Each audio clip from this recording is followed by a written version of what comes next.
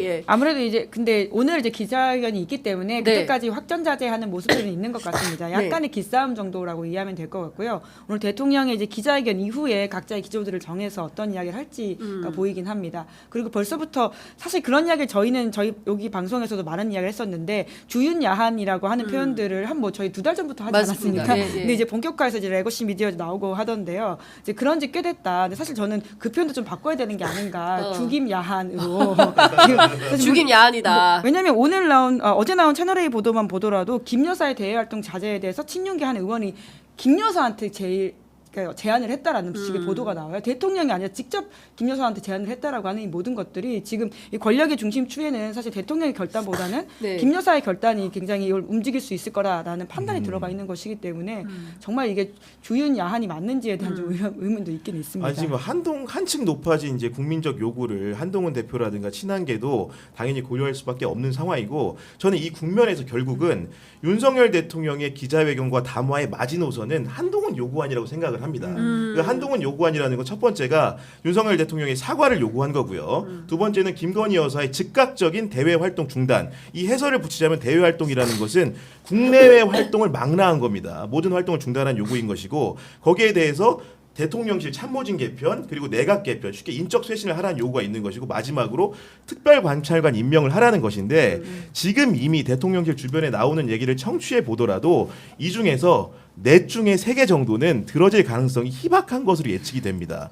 결국은 그 대통령이 한동훈이 제시하는 마지노선까지도 지키지 못할 경우에는 그 전국의 변화, 특히 당정 갈등이라는 것은 지금도 이미 수위가 높아졌다고 하는데 이제는 더 이상 통제 불가능한 영역으로 회전할 수밖에 없다고 생각합니다. 그렇군요. 그런데 한동훈 대표의 이런 태도는 어떻게 봐야 됩니까? 내가 있는 한 우리 대통령이 탄핵당할 일은 없다.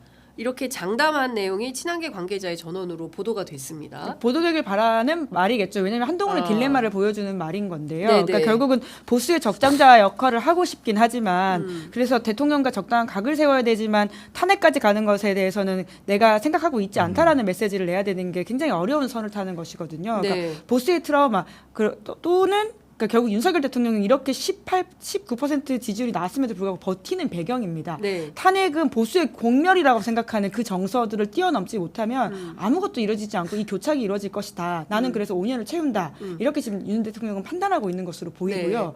19에서 20 정도를 이렇게 단단하게 유지하기만 하면 무리 없다라고 하는 그 생각들이 지금의 국정 운영을 계속 보여준다고 저는 생각을 하거든요. 참 그걸로 국정 운영에 동력이 생길 수 없잖아요. 그러니까 지금 세종시의 공무원들이 전부 녹음기를 갖고 다닌다는 거잖아요. 그리고 전화 녹음해가지고 혹시라도 발생할지 모르는 문제에 대해서 대비하고 있다. 그래서 사실은 그 공무원들이 잘 일을 안 하고 있다. 사실상 레임덕 상태다. 네. 이제 이런 얘기가 나오고 더 중요한 것은 지금 정부가 이런 정도의 지경이면 당이라도 여당이라도 적극적으로 이 문제를 해결할 수 있는 지혜를 발휘해야 되는데 지금은 자기들끼리 싸우느라고 정신이 없는 거 아닙니까? 한동훈 대표가 5선 6선 중진들 모아서 네. 밥 먹었는데 안 간 사람들이 있어요. 권성동, 그다음에 추경호, 뭐 이런 사람들 안 갔다는 그러니까 거잖아요. 쉽게 얘기하면은 윤석열 대통령과 한동훈 대표로 대변되는 당정 갈등이 있고 또 당내 갈등이 또 존재하는 겁니다. 큰 축으로는 당 대표와 원내 대표가 갈등하기 시작했어요.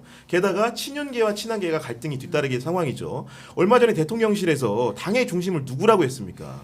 추경호 원으라고 선언하지 않았죠. 그런 얘기들을 기자들한테 한 겁니다. 기자들 만나가지고 당에서 그리고 추경호 원내대표는 어떻게 얘기하고 있느냐? 월요일 날 이제 대통령실 들어가서 자기가 회견을 앞당기게 된 경위를 얘기하면서 당에서 이런저런 말이 있어서 제가 어제 대통령실 다녀왔다. 그래서 가급적 일찍 소통을 가졌으면 좋겠다고 말했다는 얘기를 당대표가 있음에도 불구하고 버젓이 얘기하고 당대표는 그날 언론에 보도될 즈음에야 윤석열 대통령이 대국민 기자회견을 오늘 한다는 얘기를 듣게 됩니다. 이런 상황이 누가 보더라도 정상적인 상황은 아니지 않습니까? 결국은 당정 갈등이라는 것이 당내 갈등으로 비화되니까 결국 당 자체가 컨트롤 안 되는 상황, 어디로 흐를지 모르는 상황이 되니까 국민들은 불안한 것이고 아까 말한 대로 공무원 사회라는 것도 당정이 일치되지 않고 분열에 모자라서 당도 이렇게 되다 보니까 네. 그런 내분 상황들을 목도하고 불안한 겁니다. 네. 그러니까 이 친윤 중진들은 친한계가 주도하는 판에 갈 생각이 없는 거죠. 뭐 또 일부는 또 어떻게 되실지. 아니 뭐 2K가 온다 해서 권성동, 권영세 뭐 두 사람이 차기 당 대표다 이런 설이 막 돌았지 않습니까? 예, 11월달에 당 대표가 예. 바뀔 수 있다 뭐 이런 예. 얘기가 있었는데요. 예. 워낙 사실 11월 위기설이 굉장히 다양한 분들한테 맞아요. 있었거든요. 뭐 윤석열, 김건희 이 부부에 대한 11월 위기설뿐만이 아니라 예. 또 여권에서 생각했던 11월 위기설은 이재명 대표를 그렇죠. 향한 사법 것이기도 선고가 했었었고요. 있기 때문에. 또 한반도 위기설도 있었습니다. 지금 맞아요. 굉장히 러시아 우크라이나 상황이 안 좋다 보니까 그러니까 네. 다양한 위기설의 그 어떤 범주의 범위 안에서 이제 아마 2K 이야기까지 나왔던 것으로 보이긴 하는데요. 그러니까 그 지금 가장 핵심은 윤 대통령이 당 대표를 바꿀 만큼의 힘은 없다라고 하는 것이죠. 그러니까 이게 그렇다고 해서 한동훈 대표가 치고 나가는 힘도 없다 보니까 이 어떤 지리한 교착 국면이라고 하는 게 계속 이어지고 그래서 오늘 기자회견이 굉장히 중요한 그 티핑 포인트가 될 수 있을 거다라고 보는 분들이 많은 것이죠. 그렇군요.